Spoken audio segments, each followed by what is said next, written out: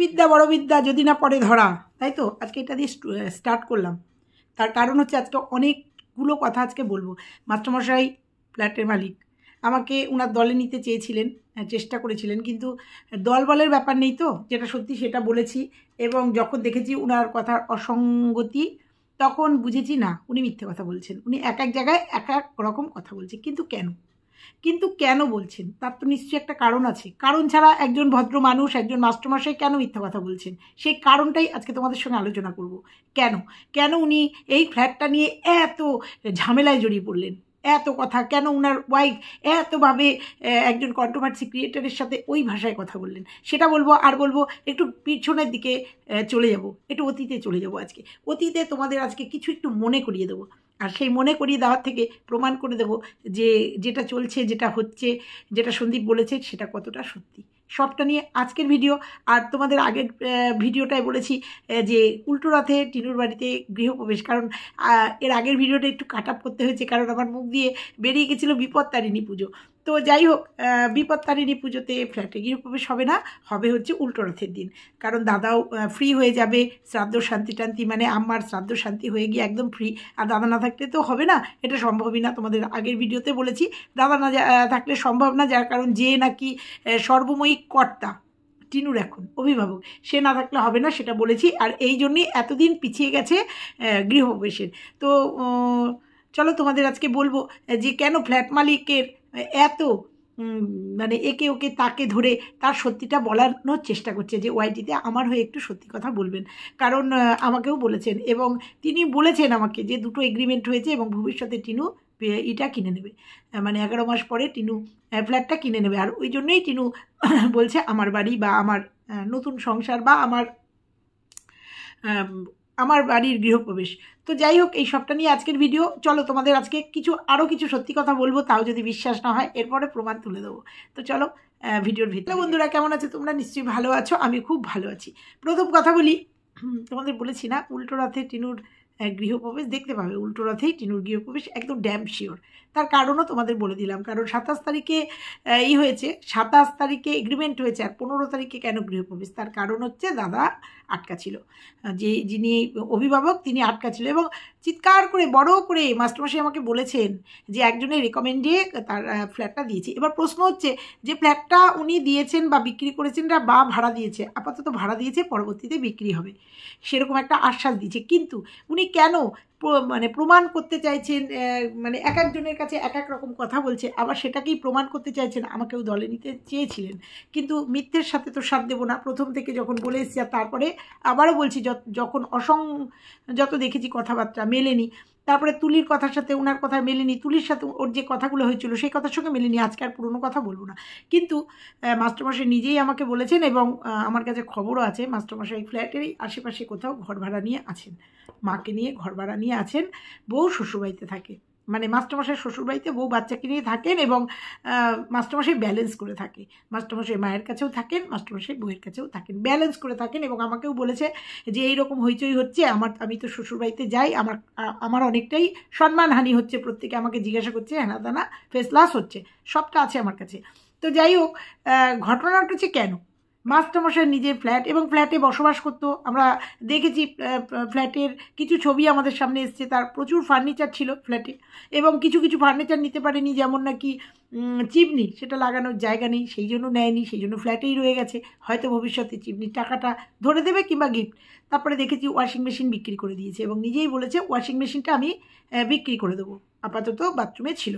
তো এগুলো সব দেখেছি, কিন্তু কেন নিজের বাড়ি থাকতে, নিজের ফ্ল্যাট থাকতে, বসবাসযোগ্য ফ্ল্যাট, সেটাকে বিক্রি বা ভাড়া দিতে হচ্ছে হলো কেন? এটা তোমাদের মনে কারোর প্রশ্ন জাগেনি যে কেন এটা করতে হচ্ছে? তারপরেও তিনি মাকে নিয়ে কেন ভাড়া থাকছেন বউ বাপের বাড়িতে, কেন? এই প্রসঙ্গ তো উঠেই আসছে। এগুলো যদিও আমাদের নিষ্প্রয়োজন বলার, কিন্তু প্রসঙ্গ তো উঠেই আসছে, যেহেতু মাস্টারমশাই এতটা ইনভলভ হয়ে গেছে, এবং এক একজনের কাছে এক এক রকম বার্তা দিচ্ছেন।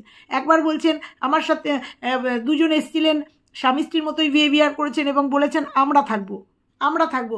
তারপরেই পরবর্তীতেই বয়ান চেঞ্জ করেছি যে একজনের সঙ্গে এসছেন, তার ফেসটা আমি তাকে ঠিক লোকেট করতে পারিনি, আমার কাছে সবটা আছে, লোকেট করতে পারিনি।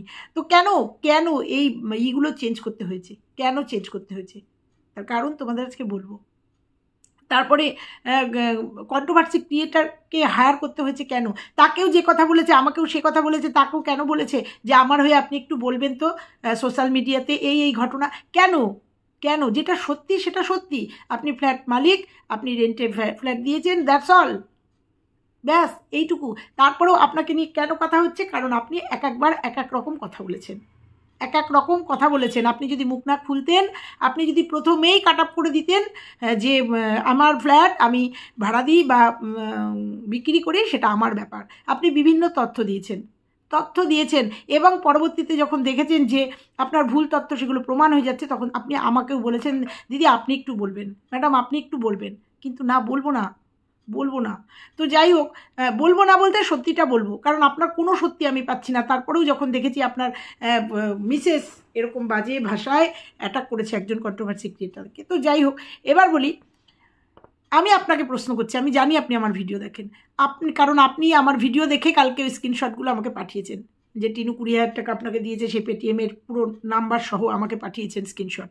এবং তুলি বৌদি আপনাকে কবে সন্দীপের ছবি পাঠিয়ে বলেছে যে এ কিনা, সবটা আপনি আমাকে পাঠিয়েছেন। তার মানে আপনি আগের ভিডিওটা আমার দেখেছেন, দেখে বুঝেছেন যে আপনি যে কথাগুলো আমাকে বলেছেন সেই কথাগুলো আমি বলবো না, আপনার হয়ে মানে মিথ্যের হয়ে আমি কথা বলবো না, সেটা আপনি বুঝতে পেরেছেন।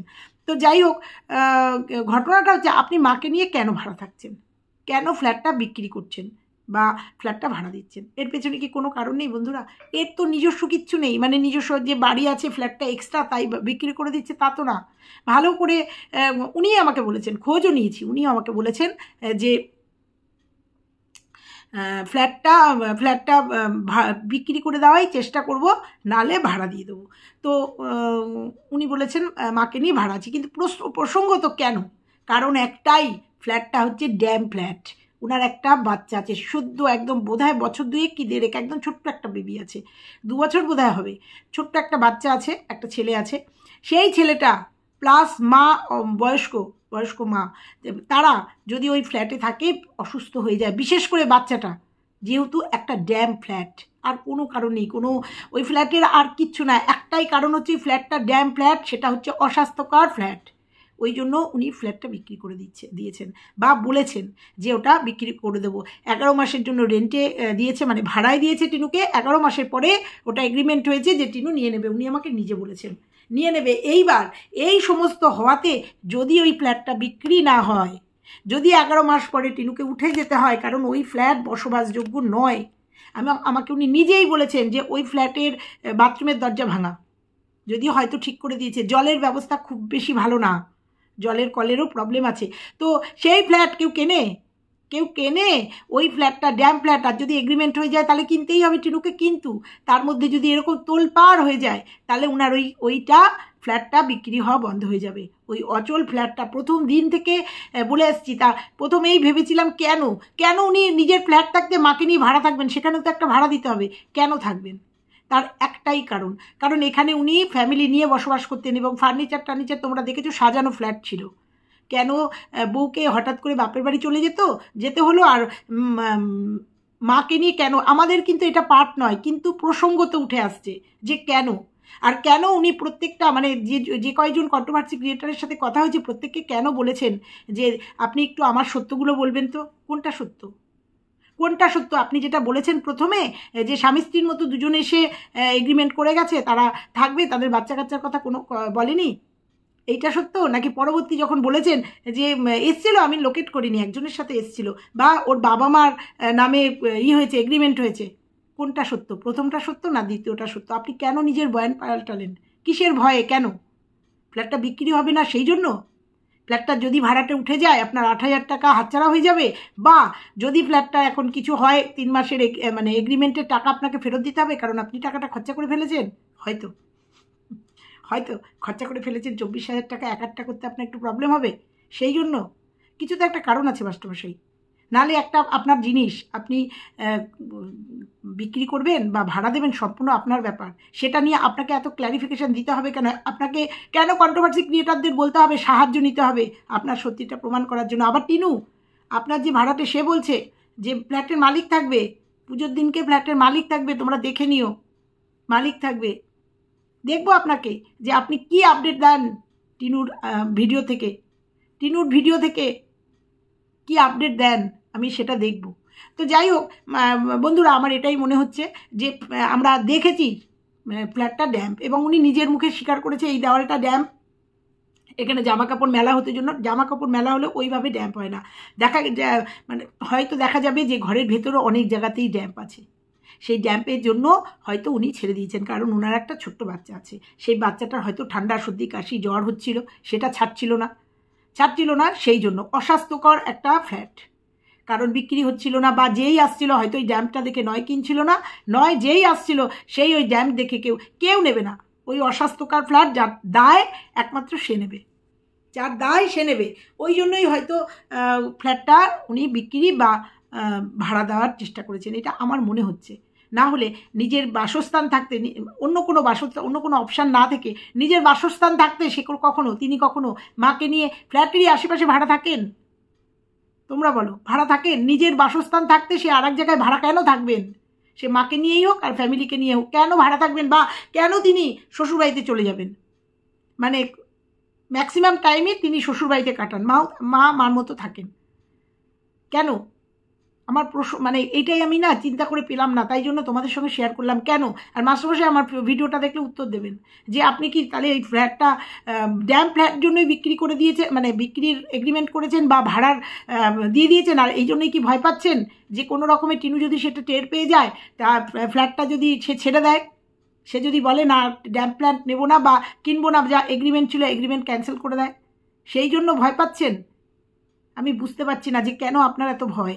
যাই হোক, এই তো গেল হচ্ছে ফ্ল্যাট মালিকের কথা, আর এই তো গেল বললাম যে ফ্ল্যাট মালিক ভাড়া থাকেন নিজের ফ্ল্যাট থাকাকালীন। এটা কেন বুঝলাম না। বউ বাপের বাড়িতে চলে গেছে, মানে বাপের বাড়িতে রেখে এসেছে এবং বাপের বাড়িতে যাতায়াত করেন।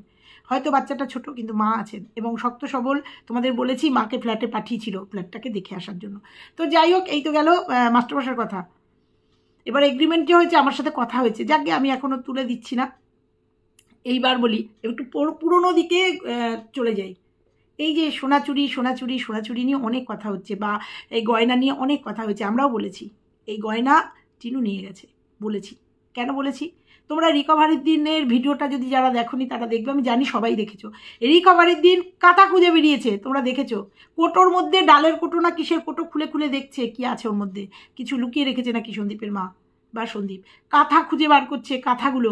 যে মেয়ে নাকি পুরনো 5 বছরে ইউজ করা কাঁথা নিয়ে আসতে পারে, আমি ফার্নিচারের কথা বাদই দিলাম, কাঁথা নিয়ে আসতে পারে, সেই মেয়ের মুখ দিয়ে কি আমরা একবারও শুনেছি আমার সোনাদানাগুলো কোথায়? সে তো এক কাপড়ে চলে গেছিলো, বলেছে আমি এক কাপড়ে চলে এসেছি, শুধু শাঁখা বাঁধানোটা আর গলার চেনটা, শ্বশুরের দেওয়া আর বাপির দেওয়া জিনিসটা নিয়ে। তারপরে আমরা তো জানি পরবর্তীতে ওর যে সোনা দানা ছিল সেগুলো তো আমরা জানতাম, বা বিয়েতে কিছু সোনা দানা দিয়েছে। তোমরা কি টিনুর মুখে কখনো শুনেছো, বা রিকভারি করতে গিয়ে তোমরা শুনেছো বলছে আমার সোনা দানাগুলো কোথায়? বা আজও পর্যন্ত ও ডিমান্ড দিয়েছে আমার সোনা দানাগুলো কোথায়? সন্দীপ কি করেছে সম্পূর্ণ আলাদা, সন্দীপ কি করেছে সেটা পরে আসছি, কিন্তু আজও পর্যন্ত টিনু বলেছে, ও মেনে নিয়েছে যে সোনাদানাগুলো সন্দীপ সরিয়ে দিয়েছে। কেউ বলছে সন্দীপ বুঝে সরিয়ে দিয়েছে, তা টিনু মেনে নিয়েছে। যেটাকে একটা কাঁথার মায়া ছাড়তে পারে না, গুনে জিনিসগুলো সব নিয়ে গেছে, সে অন ক্যামেরায় বা অফ ক্যামেরায় বা কেস করতে পারলো না যে আমার সোনাদানাগুলো কোথায়। এখানে কি প্রমাণ হয় না যে সোনাদানার কথা একবারও কেন উঠলো না? একবারের জন্যও কেন? শুধু জন্মদিনে কি পেয়েছে সেই চেনটা সোনাদানা, ওটা যদি অফ ক্যামেরা হতো না ওটাও নিয়ে নিত, যেহেতু সন্দীপের ক্যামেরা চলছিল সেই জন্য ওটা শুধু জাস্ট দেখে রেখে দিয়েছে, ওটা নেওয়ার সাহস পায়নি। তা তোমাদের কি কখনো মনে পড়ে না, যে যারা বলছো, যারা সন্দীপের বিরুদ্ধে কথা বলছো, বিপক্ষে অনেক কিছু বলছো, তাহলে তাদের কি মনে একবারও চান দেয় না যে নাকি ছোট ছোট জিনিস নিয়ে যেতে ছাড়েনি, সে কলসি থেকে শুরু করে সব নিয়ে গেছে রিকভারির দিন, তার মুখ দিয়ে একবারও মেয়েদের আগে কি হয়, আগে মনে আসে সোনাদানার প্রতি মেয়েদের একটা আলাদা সফট কর্নার, ভালোবাসা, একটা আকর্ষণ বলতে পারো সোনাদানা মেয়েদের কাছে। প্রচণ্ড মেয়েরা সোনাদানাকে ভালোবাসে। তা সেই মেয়ে একবারের জন্যও সোনাদানার কথা বলেনি, কিন্তু রিকভারির যে ভিডিও আমরা দেখেছি বা পরবর্তীতে কিন্তু অন ক্যামেরাতেও বলেনি আমার সোনাদানাগুলো কোথায় গেল, আমার সোনাদানাগুলো চাই, বা সোনাদানাকে নিয়ে কেস করতে যে আমার এই জিনিস ছিল, আমার বিয়ের এই জিনিস ছিল, সেই জিনিসগুলো আমি পাইনি, সেই জিনিসগুলোর জন্য কেস করতে। দেখেছো তোমরা? দেখোনি তো? তাহলে তাহলে আজকে জাস্ট এইটা প্রমাণ দিয়ে দিলাম যে তাহলে বুঝতে পারছো যে এই যে টিনুর ফ্ল্যাট কেনা, গাড়ি কেনা, এই যে ব্যবসা করা, এই যে মানসিকতা কেন আসে? মানুষের কাছে প্রচুর টাকা হয়ে গেলে এটা আসে। এখন অন ক্যামেরায় দেখাতে পারছে না যে ফ্ল্যাটটা কিনে নিলাম, ওই জন্য 11 মাস বাদে এগ্রিমেন্ট হয়ে গেছে। কারণ এখন টাকা দিয়ে দিলেই বা এখন ফ্ল্যাটটা কিনে নিলেই হইচই পড়ে যাবে, হিসাব হয়ে যাবে যে এই 11 মাসে কত টাকা ও জমিয়েছে, কত টাকা জমিয়েছে। কারণ ফ্ল্যাট কিনতে গেলে জানি ইএমআই হয় বা একটা কিছু টাকা তো দিতে হয় ফার্স্ট পেমেন্ট। লোকচক্ষুর আড়াল করার জন্য এই 11 মাসের এগ্রিমেন্ট করেছে। তাহলে যে মেয়ে নাকি কাঁথা নিয়ে যেতে পারে সেই মেয়ে আজ পর্যন্ত সোনা নিয়ে একটা কথাও বললো না, একটা কথাও বললো না। সন্দীপ বাধ্য হলো পরশুদিনের ভিডিওতে বলে দিতে যে সোনাগুলো চুরি করে নিয়ে গেছে, তারও কোনো প্রতি উত্তর দিল না। তাহলে তোমরা বুঝতে পারছো যে সন্দীপ যেটা বলেছে মিথ্যে কথা বলেনি, মিথ্যে কথা বলেনি। ও অ্যাপ্রক্সিমেট বলেছে 15 লাখের মধ্যে 3 লাখ টাকা সোনা ওর, 12 লাখ টাকা ওদের। কারণ কেস করতে গেলে হয়তো বিল দেখাতে হয়, সব সময় সব সোনার বিল থাকে না, সম্ভবও না এগুলো রাখার। অনেক সময় এখন ইদানিং হলমার্কের সোনা হয়েছে, ইদানিং হলমার্কের সোনা কিনলে পরে সার্টিফিকেট দেয়, সেই সার্টিফিকেটগুলো আমরা যত্ন করে রেখে দিই। কিন্তু অনেক দিন আগের 20 বছর 25 বছরের আগেকার সোনা বা 10 বছর আগেকার সোনা, সেই সময় সোনা হয়তো তখন এত হলমার্ক কালার সোনা ছিল না, কেডিএমের সোনা ছিল।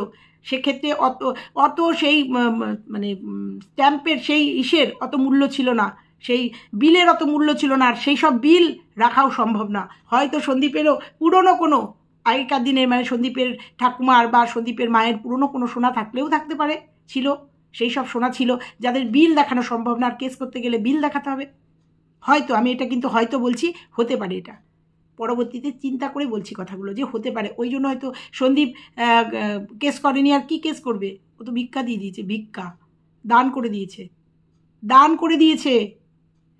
এরপরে তোমরা যে 5 লাখ টাকা 5 লাখ টাকা সেই টাকারও হিসাব আসবে, দেখতে পাবে তোমরা, সেই টাকারও হিসাব আসবে। কত বোকা আমাদের টিনু নয়, সেটা তোমরা ক্রমশ প্রকাশ পেয়ে যাচ্ছ যে অত বোকা না। সে যখন সমস্ত ডকুমেন্টস গুছিয়ে নিয়ে যেতে পেরেছে, সে তার ধনটাও মানে কি বলে স্ত্রী ধনটাকেও সঙ্গে করে নিয়ে গেছে, পারেনি শুধু পেটের নাড়ি ছেঁড়া ধনটাকে নিতে। বুঝতে পেরেছ? আজকের ডেটে দাঁড়িয়ে সবার কাছে পরিষ্কার, রিকভারির দিন সব বলেছে কিন্তু সোনার কথা বলেনি। কেন? কারোর মনে প্রশ্ন জাগেনি না যে কেন বলেনি? রিকভারি করতে গেছে, তার লিস্ট মিলিয়ে জিনিস নিয়েছে, সোনাদানাগুলোর কথা নেই, কারণ ও তো জানে সোনাদানাগুলো আগেই তার এখতিয়ারে ঢুকে গেছে। ওর ভিডিও দেখে যা দেখেছি তাই বলছি। আজকে ফ্ল্যাটের নিয়েও সেটা রহস্য চলছে, ফ্ল্যাট নিয়েও ও একটার পর একটা কন্ট্রোভার্সি ক্রিয়েটারদের থ্রেট করছে, একটার পর একটা টাইটেলে খেলে যাচ্ছে, একটার পর একটা বলে যাচ্ছে আমার বাড়ি, বাসা বাড়ি কোনো দিন নিজের বাড়ি হয়, বাসা বাড়িতে কোনো দিন গৃহপ্রবেশ হয় আমার জানা নেই। তাহলে কোথার থেকে এই ঔদ্ধত্য দেখাচ্ছেও আমার বাড়ি গৃহপ্রবেশ, প্রথম ঘরে আগুন জ্বালাতে নেই, কোথা থেকে দেখাচ্ছে? তাহলে সেই জোরটাও পাচ্ছে, সেই জোরটাও পেয়েছে, সেই জন্য এগুলো বলছে। আর সঙ্গে যারা সঙ্গ দিচ্ছে তারা সবাই সবটা জানে, আর ওই যে বললাম মাস্টারমশাইও তার ফ্ল্যাটের মালিকও ওই অচল ফ্ল্যাটটা, ড্যামপাড়া ফ্ল্যাটটা একবার ঘাট থেকে নামিয়ে দিতে পেরেছে, ভাবছে ওটার যাতে আর ব্যাক না আসে, ফেরত না আসে, সেই জন্য। নাহলে নিজের বাসস্থান বিক্রি করে কেউ ভাড়া থাকে আর বউ শ্বশুরবাড়ি থাকে? এটা মেনে নেওয়া যায়? কোনো মেয়ে ফ্ল্যাট বিক্রি করে দিয়ে বাপের বাড়িতে কোনো মেয়ে বাচ্চা নিয়ে থাকে? মনে হয় না। আর বিকল্প মাস্টারমশাই আর কোনো ফ্ল্যাট বা নিজস্ব বাড়িঘর নেই, যেটুকু খোঁজে পেলাম।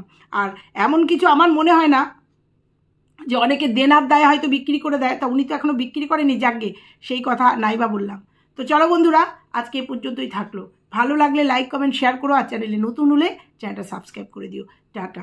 আর রথযাত্রার দিন অনেকেই না, একজন আমাকে বলেছে যাও না, ওখানে যাও, গিয়ে ওর ফ্ল্যাটে গেলে অনেক আরও অনেক তথ্য পাবে, আমাকে যেতে হবে না, আমাকে টিনুর ফ্ল্যাটে যেতে হবে না, এইটুকু কথা দিয়ে গেলাম।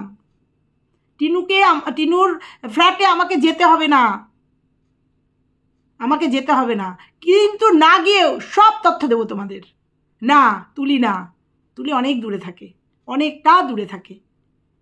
হ্যাঁ, কিন্তু আমি তোমাদের বলে গেলাম ফ্ল্যাটের তথ্য আমি না গিয়েই তোমাদের দেব, এইটুকু বলে গেলাম।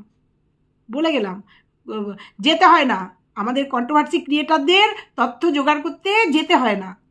আমরা যখন যাই তখন ভালোবাসার টানে যাই, গোয়েন্দাগিরি করতে যাই না। এইটুকু শুধু আজকে বলে গেলাম। হ্যাঁ, ভালোবাসায় সন্দীপের বাড়িতে গেছি, আন্ডে গান্ডে গিলে এসেছি, ভিউজ কামিয়েছি, মন্দিরার বাড়িতে গেছি, মন্দিরার বাবার কাজে, না আন্ডে গান্ডে গিলিনি, ভিউজ কামিয়ে এসেছি। তারপরে আর এক ব্লগারের বাড়িতে গেছিলাম, ভিউজ কামাতে গেছিলাম। যাই, অস্বীকারের জায়গাই নেই। কাজ করতে এসেছি, ময়দানে নেমেছি, খেলবো না তাই হয়, যাই। কিন্তু টিনুর বাড়িতে নয়, আর আমার যেতেও হবে না। বাড়িতে বসে সব খবর পেয়ে যাব, তোমাদের কথা দিয়ে গেলাম। চলো, দেখা গেল ওই যে ওর কিটি আছে না, ও কিটি আমাকে খবর দিয়ে দিল, কারণ ওর ঘরের মধ্যেই তো কিটি থাকে। কিটি সবসময় দেখছে, কিটিকে ব্যবহার করছে, কিটিকে বিক্রি করছে। ওই কিটি হয়তো ম্যাও ম্যাও করতে করতে আমাকে সব খবর দিয়ে দেবে। এইটুকু তোমাদের আভাস দিয়ে গেলাম। চলো, টাটা।